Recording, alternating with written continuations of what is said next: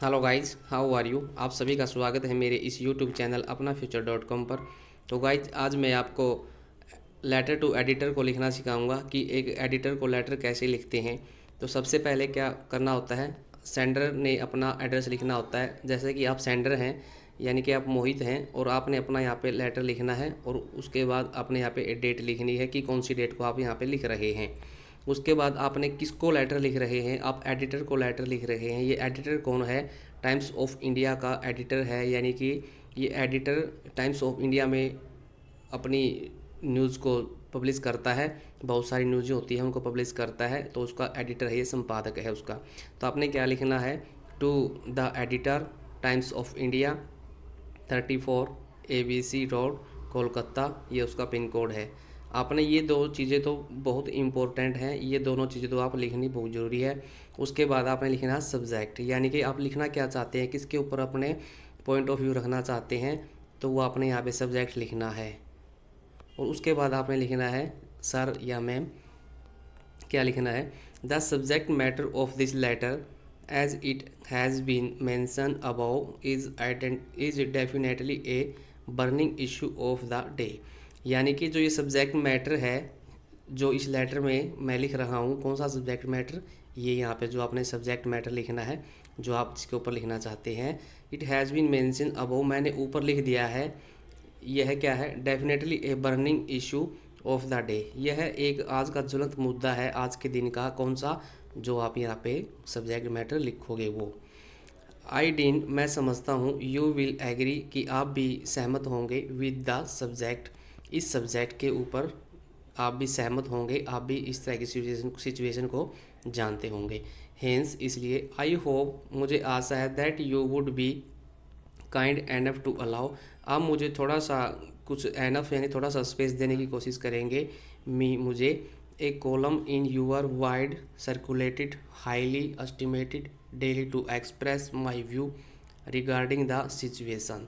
यानी कि कहने का मतलब ये है कि आप अपने इस सम्मानित न्यूज़पेपर में, जो आपकी जो विस्तृत यानी कि वाइड सर्कुलेटेड, यानी कि जो आपका व्यापक दुनिया है, न्यूज़पेपर है, जो आपका इतना बड़ा सा न्यूज़पेपर है जिसमें सारी दुनिया की न्यूज़ छपती हैं, सारी दुनिया यहाँ से नॉलेज लेती है, तो ये क्या है, हाईली एस्टिमेटेड, ये इतना सम्मानित है न्यूज़पेपर आपका, जो आप मुझे इसमें थोड़ा सा कॉलम दे, मेरी न्यूज़ को थोड़ा सा कॉलम दे, थोड़ा सा स्थान दे, daily to express my view, और मेरे जो पॉइंट ऑफ व्यू है, कौन से पॉइंट ऑफ व्यू जो यहाँ पे हमने लिखे हैं, जो इशू है, हमारा सब्जेक्ट है, उनको डेली क्या करें, थोड़ा सा स्थान दें अपने इस न्यूज़पेपर में, रिगार्डिंग द सिचुएशन, इस सिचुएशन के ऊपर, as well as draw the attention of the concern authorities to redress the problem, और साथ ही साथ इस इशू का निवारण भी कर दें, कौन, जो कंसर्न अथॉरिटी है वो।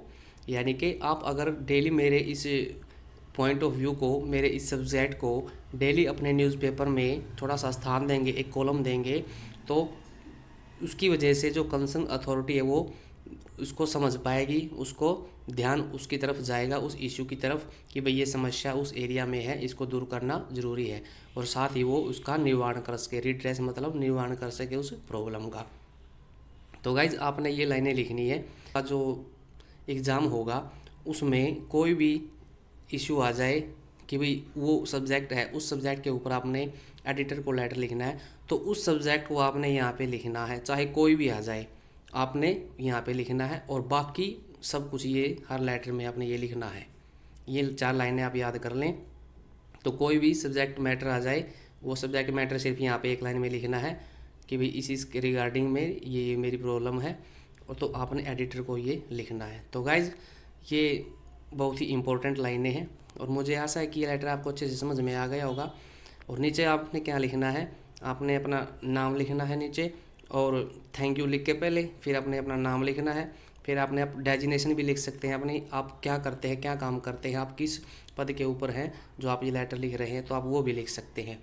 तो अगर आपने गाइज ये नहीं लिखा ना, यानी कि ये जो आप लिखना चाह रहे हैं, ये 4-5 लाइनें भी नहीं लिखोगे, आप ये लिख देंगे, सेंडर एड्रेस लिख देंगे, और एडिटर लेटर लिख देंगे, और सब्जेक्ट यहाँ पे लिख देंगे, और थैंक यू लिख देंगे, नाम डायजेंसी लिख देंगे। अगर ये पूरा फॉर्मेट भी लिख देते हैं ना, फिर भी आपको 1 या 1.5 नंबर मिल जाएगा इस फॉर्मेट का ही। और अगर आप ये भी लिख देंगे 4-5 लाइनें सब्जेक्ट मैटर भी लिख देंगे, तो आपको पूरे 5 नंबर मिलने की पूरी संभावना है। और मुझे लगता है कि मिल भी जाएंगे अगर आपने अच्छे से इसको समझ लिया और वहाँ पे लिख दिया।